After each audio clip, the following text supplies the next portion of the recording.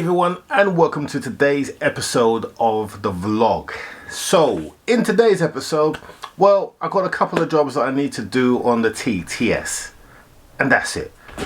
And normally this would be a boring vlog because you've seen the TTS to death, but we do have some news for you. I have finally, after trying for weeks, have purchased a car, but more of that later on as we progress through the vlog. And also we're going to talk a little bit about some of the challenges as to why it's been so difficult to get this car.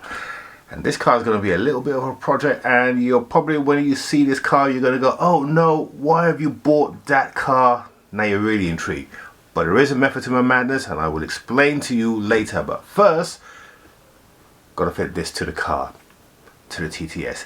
Nothing special about it. It's just a standard cone air filter, generic one, but it's better than nothing, which is what the current TTS has. So let's get this on there, and then I can finally start driving the car, because I've been deliberately not driving the car until I got that air filter. And then we got a couple of other little bits that need to be fitted, including the Undershield, because I wanted to make sure that the car was leak free before we put the Undershield on. Now it is, we can put it on. So let's go and put it on, and then let's talk about the new car. Right, so for the last time you're going to see the S3, or the TTS rather, on the ramp here, because we've got a few things that we need to sort out. So air filter we're going to put on in a second. The shield is on. I haven't been running the car because of the fact that we don't have an air filter, but for the little bit of running that I've done, the car has performed very well. So we're just going to check the oil level, make sure everything is okay on that level, and then we're just going to go underneath, and in fact we'll take a look now to see if we got any oil leaks. And looking at that car's bone dry, which is very good to see. That's exactly what we want to see. Okay, so we know that the car is okay, which is perfect. So water level is absolutely fine. That's a new coolant that we put in, and we did measure her right up to this line here, and she hasn't gone down at all, which is good. So the only thing that we need to take a look at now is the oil level, and we'll do that since I put this camera down. Right, let's take a look at the oil level of the car. So I'll wipe him down first.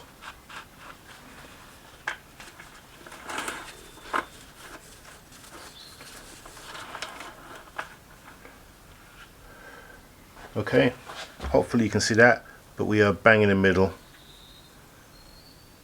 and the oil is quite clean as well. I mean, it's new, so it should be clean. It hasn't done hardly any miles, but that's very good to see.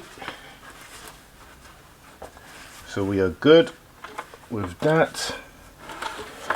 So car's in a good place. Let's go and put the air filter on, and then the underside trims, and then the undershield, which is looking at me over there, if I can find all the screws. And then let's talk about new car. Right, so this air filter, we're going to do this in real time. Normally I do this in time lapse, but we'll do this in real time. This air filter is really nothing special. It's just a generic aftermarket air filter that is probably better than the original.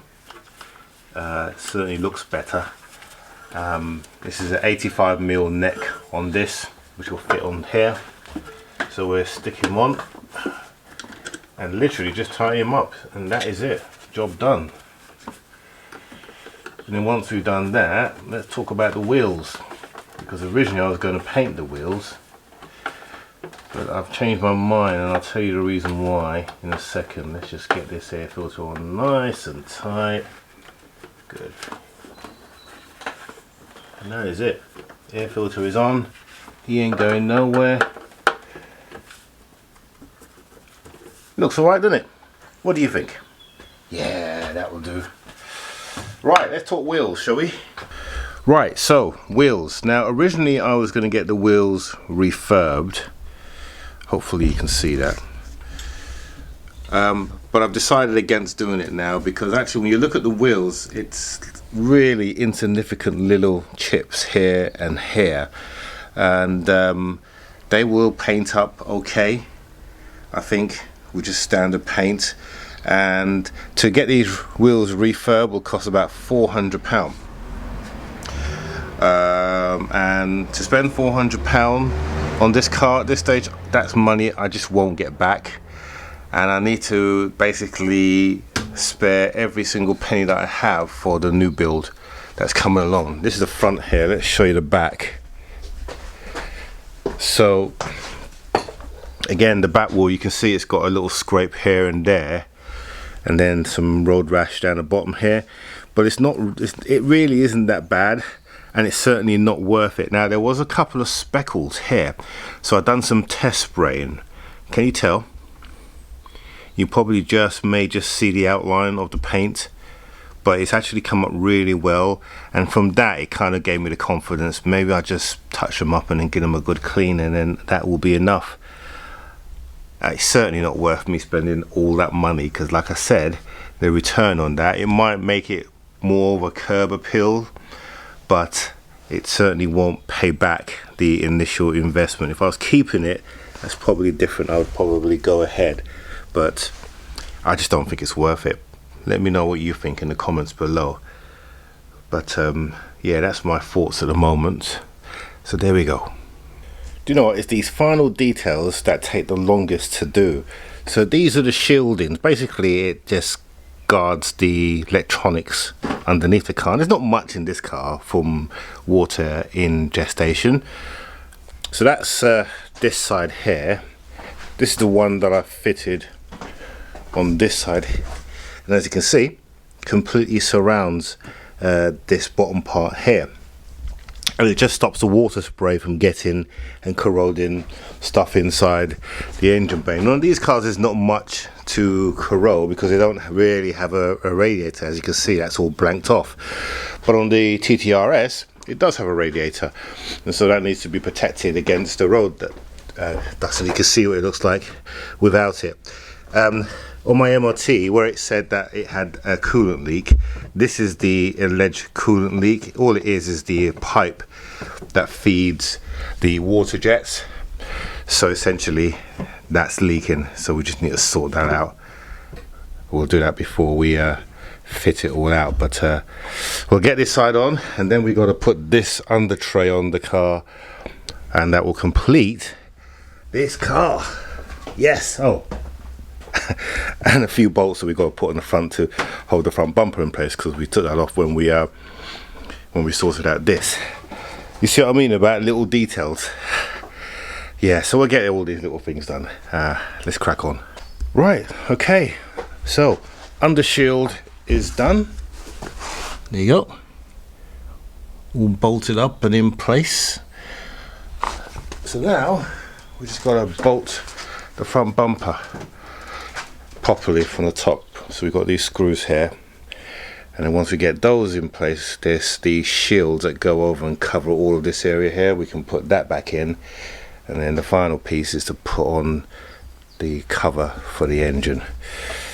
Almost there. Let's get this last bit done.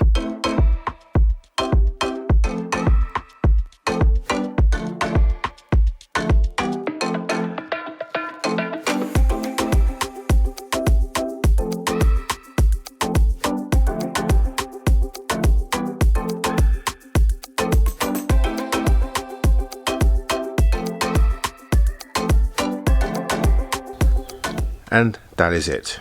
Engine bay looking real nice and tidy. Right, this car's pretty much now finished now. There's nothing more we can do other than giving it a polish, and you don't want to see that. So let's go and talk about new car. Okay, let's talk new car, shall we? So the last time I bought a project car for this channel was August last year, and that was the legendary Tesla that I own now. Now the Tesla, it did begin as a little bit of a love-hate relationship, and I always wanted a Tesla, but I didn't realize how much I would enjoy driving the Tesla. And it's really become my everyday car, my daily car that I use for pretty much everything, going back and forth to work and on. And now that we've got supercharging fixing, it is brilliant on journeys because of all the navigational aids that you get, and the ability to use Tesla supercharging, and of course getting Tesla supercharging for free. But previous to that, the legendary S3 was my daily. Now that car is literally driven mostly by my wife, and it's such a shame because my wife, she does something like 2,000 miles a year tops, driving around town. She doesn't really go anywhere far to justify using that vehicle. And of course the S3 is a performance car, it needs to be driven hard, etc.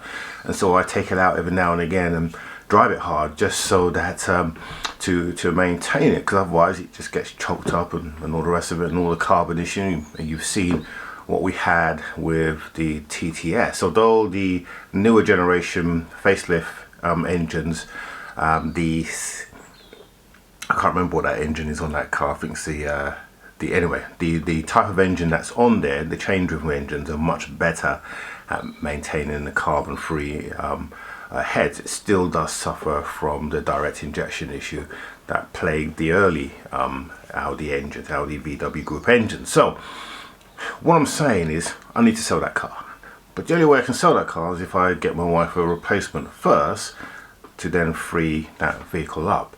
Now when my wife had the GTE, she literally just drove that car on electric, and that car has a range of around 25 miles before you need to recharge it, or before it will use the combustion engine. And my wife comfortably did that during the week. So it kind of shows you the kind of mileage that she does on a day-to-day basis, especially the fact that on a hybrid car that it didn't need to start the petrol engine. In fact, I used to have to drive the GTE just to get that petrol engine running so that it had some runtime on it.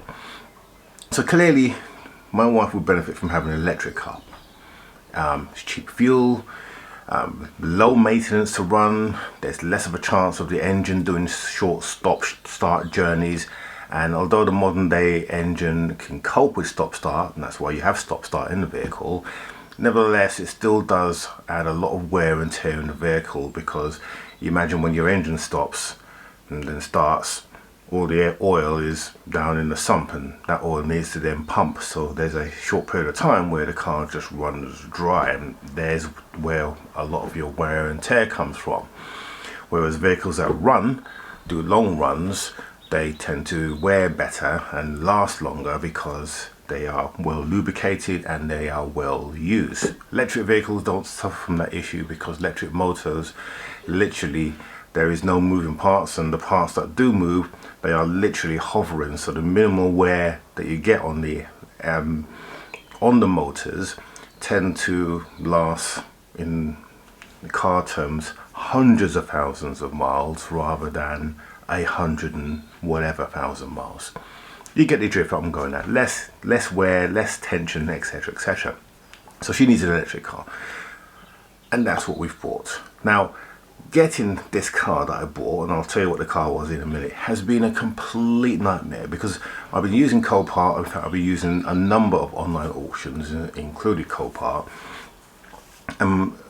There seems to be an issue with buying electric cars at the moment, because the cars are not going for what the insurance companies want. So basically, you put a bid in, you win the auction outright, then the insurance companies come back with a ridiculous offer what they want to sell the car for, and that's because electric cars at the moment are pretty expensive to buy.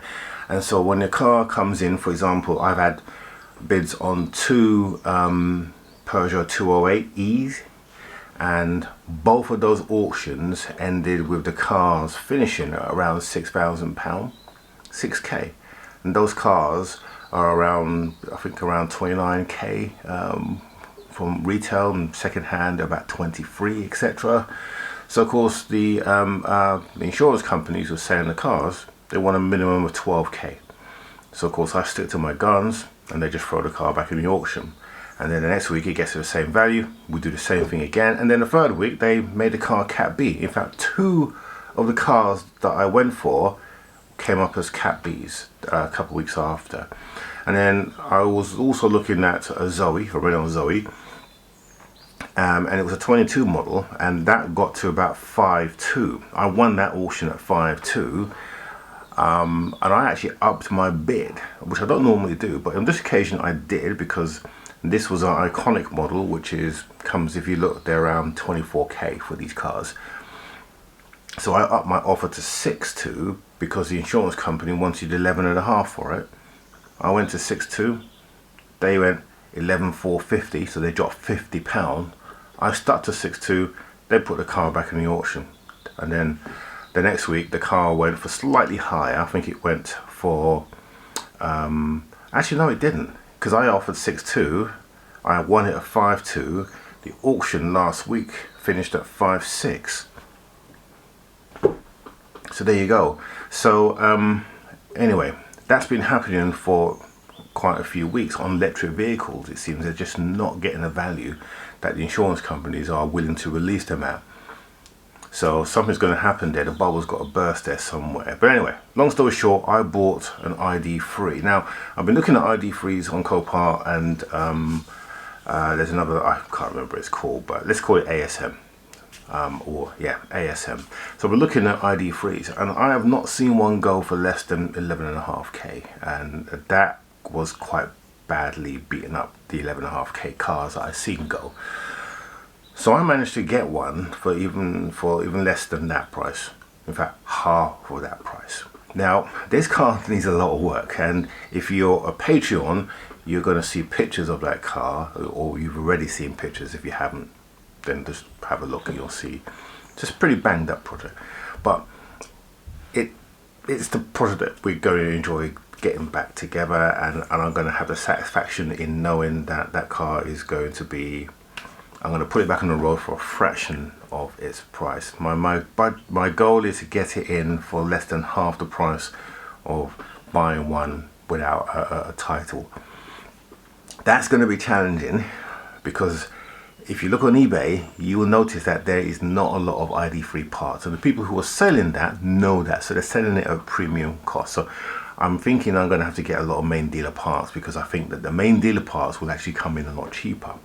Now, this car has some damage, a lot of damage actually. You'll see it next week on the channel, so look forward to that. But you know, it is going to be a nice one, and one to get our teeth into. So why have I gone electric and not petrol?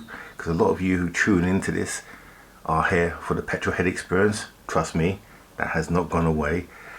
But I need to release the funds from the S3, and the only way I can do that, like I said, get my wife a car. Once she gets her car, it means I can sell the S3, and then we will get a petrol engine project to finish up the year on. So that's the plan. So look forward to seeing that in next week's video. I might put some sneaker peeks on Instagram when the car gets delivered at some point this week, but that's where we are. So in the meantime, if you are a casual viewer, and there's so many of you are, as I keep saying, consider subscribing and then clicking on the bell notification button so that we all notify whenever we release a new video. And don't forget, subscribing costs you nothing. But it helps me and this channel to attract the right kind of sponsorship from different companies, and also main dealers who I'm trying to attract to do more reviews. So yeah, so like I said, if you haven't subscribed, just click on that subscribe button. It only takes a second, and that helps us a lot. So hope you've enjoyed this episode, and look forward to seeing the new project next week. In the meantime, have a good week, and we'll see you on the next one.